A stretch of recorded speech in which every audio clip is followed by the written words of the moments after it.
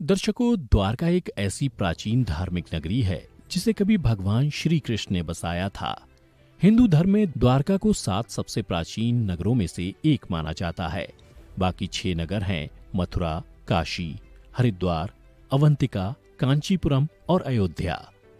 कुछ लोग द्वारका को द्वारावती, कुशस्थली, आनर्तक, ओखा मंडल, गोमती द्वारका, चक्र तीर्थ, अंतर्द्वीप और वाणी दुर्ग के नाम से भी जानते हैं। इस शहर के चारों ओर बहुत लंबी दीवारें थीं, जिसमें कई द्वार थे। कई द्वारों के शहर होने की वजह से ही इस नगरी का नाम द्वारका पड़ा। परंतु अब यहाँ ये सवाल उठता है कि श्री कृष्ण की मृत्यु के बाद अचानक ऐसा क्या हुआ कि ये पूरी नगरी जलमग्न हो गई। दर्शकों, आज की इस वीडियो में हम आपको बताएंगे कि आखिर कब, क्यों और कैसे डूबी श्री कृष्ण की नगरी द्वारका। द्वारका नगरी को श्री कृष्ण की कर्मभूमि भी माना जाता है।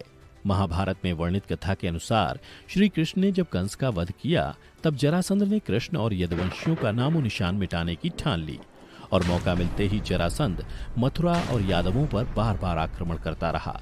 धीरे धीरे उसके अत्याचार बढ़ने लगे तो अंत में यादवों की सुरक्षा के लिए श्री कृष्ण ने मथुरा को छोड़ने का निर्णय लिया और मथुरा से निकलने के बाद भगवान श्री कृष्ण ने एक ऐसे नगर की स्थापना की जो विशाल और सुसंगत था। इस नगर का नाम था द्वारका नगरी। कहते हैं कि श्री कृष्ण अपने कुल बंधुओं के साथ द्वारका में बड़े आराम से रहने लगे। समय बीतता गया। 36 साल तक राज करने के बाद और श्री कृष्ण की मृत्यु के बाद द्वारका नगरी समुद्र में समा गई। पौराणिक ग्रंथों में द्वारका के समुद्र में विलीन होने से जुड़ी 2 कथाओं का विवरण मिलता है। पहला, माता गांधारी द्वारा श्री कृष्ण को दिया गया श्राप और दूसरा ऋषियों द्वारा श्री कृष्ण पुत्र सांब को दिया गया श्राप। कथा के अनुसार महाभारत युद्ध में कौरवों पर विजय प्राप्त करने के पश्चात जब युधिष्ठिर का हस्तिनापुर के राजमहल में राज तिलक हो रहा था, तब कौरवों की माता गांधारी ने अपने 100 पुत्रों के वध और महाभारत युद्ध के लिए श्री कृष्ण को दोषी ठहराते हुए श्राप दिया कि जिस प्रकार कौरवों के वंश का नाश हुआ है, ठीक उसी प्रकार यदुवंश का भी नाश होगा। जबकि दूसरी कथा के अनुसार महाभारत युद्ध के 36 वर्ष पश्चात द्वारका में तरह तरह के अपशकुन होने लगे। तब एक दिन महर्षि विश्वामित्र, कणों, देवर्षि नारद आदि द्वारका आए। वहां यादव कुल के नवयुवकों ने उनके साथ परिहास करने का सोचा। इसके लिए वे श्री कृष्ण के पुत्र सांव को स्त्री वेश में ऋषियों के पास ले गए और कहा कि ये स्त्री गर्भवती है। आप लोग बताइए कि इसके गर्भ से क्या उत्पन्न होगा। नवयुवकों के ऐसा कहने के बाद ऋषिगण ध्यान करने लगे और जब उन्हें पता चला उनके सामने ये सभी जिसे स्त्री बता रहे हैं वो वास्तव में एक पुरुष है, तो उन लोगों को बड़ा क्रोध आया और फिर उन्होंने नवयुवकों से कहा, तुम लोगों ने हमारा अपमान किया है, इसलिए श्री कृष्ण का यह पुत्र एक लोहे के मूसल को जन्म देगा, जिससे तुम लोग अपने समस्त कुल का संहार करोगे। उस मूसल के प्रभाव से केवल श्री कृष्ण व बलराम ही बच पाएंगे। उधर श्री कृष्ण को जब ये बात पता चली तो उन्होंने कहा, यह बात अवश्य सत्य होगी। मुनियों के श्राप के प्रभाव से दूसरे ही दिन सांब ने मूसल को जन्म दिया। जब ये बात राजा उग्रसेन को पता चली तो उन्होंने उस मूसल को चुराकर समुद्र में फेंकवा दिया।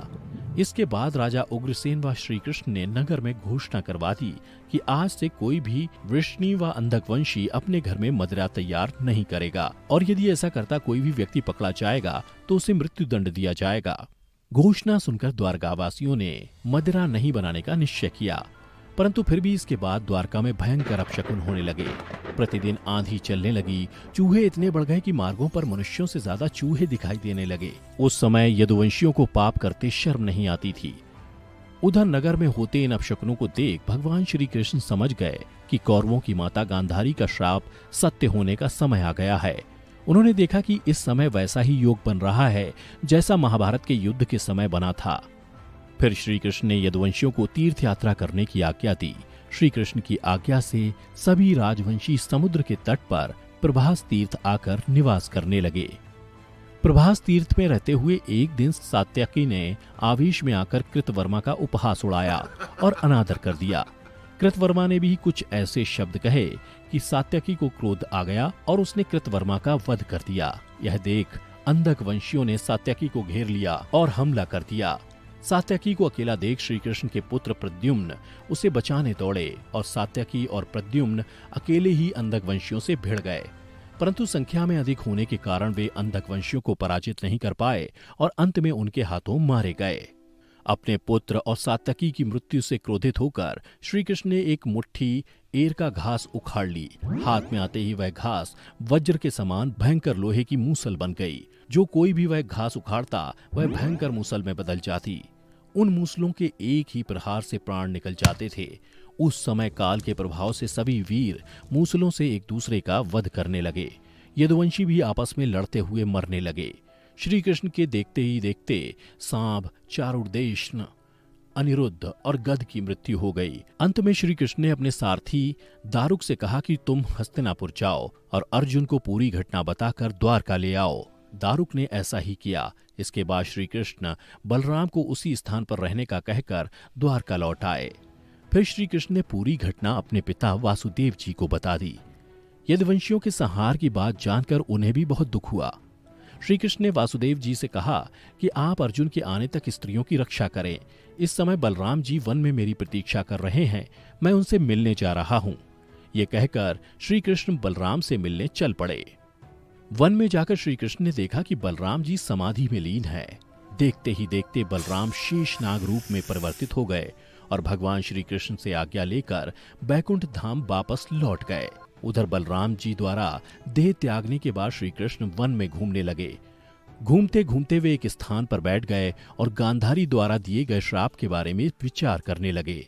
देह त्यागने की इच्छा से श्री कृष्ण ने अपनी इंद्रियों का संयमित किया और महायोग की अवस्था में पृथ्वी पर लेट गए। जिस समय भगवान श्री कृष्ण समाधि में लीन थे, उसी समय जरा नाम का एक शिकारी हिरणों का शिकार करने के उद्देश्य से वहां आ गया। उसने हिरण समझकर दूर से ही श्री कृष्ण पर बाण चला दिया। बाण चलाने के बाद जब वो अपना शिकार पकड़ने के लिए आगे बढ़ा तो योग में स्थित भगवान श्री कृष्ण को देखकर उसे अपनी भूल पर पश्चाताप हुआ।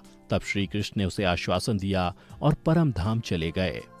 इधर दारुक हस्तिनापुर पहुंचकर यदुवंशियों के संहार की पूरी घटना पांडवों को बता दी। यह सुनकर पांडवों को बहुत शोक हुआ।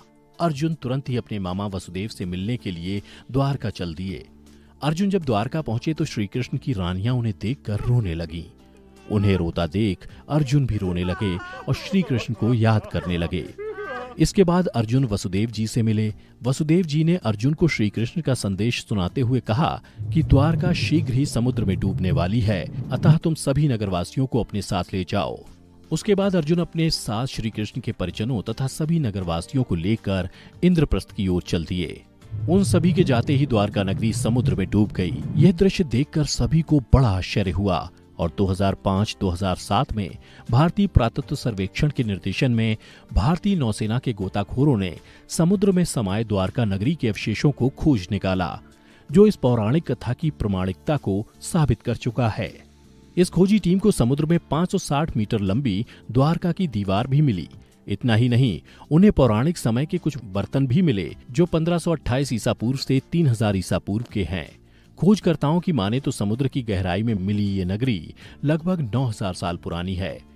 तो दर्शकों, उम्मीद करता हूं कि आपको हमारी ये कथा पसंद आई होगी। अगर पसंद आई हो तो ज्यादा से ज्यादा लाइक और शेयर करें। साथ ही ऐसी ही पौराणिक कथा की जानकारी के लिए अभी हमारे YouTube चैनल को सब्सक्राइब करें। इसके अलावा अगर आप हमारी ये वीडियो Facebook पर देख रहे हैं तो हमारे पेज को भी लाइक करें। इस वीडियो में बस इतना ही। अब दीजिए हमें इजाजत। आपका बहुत बहुत शुक्रिया।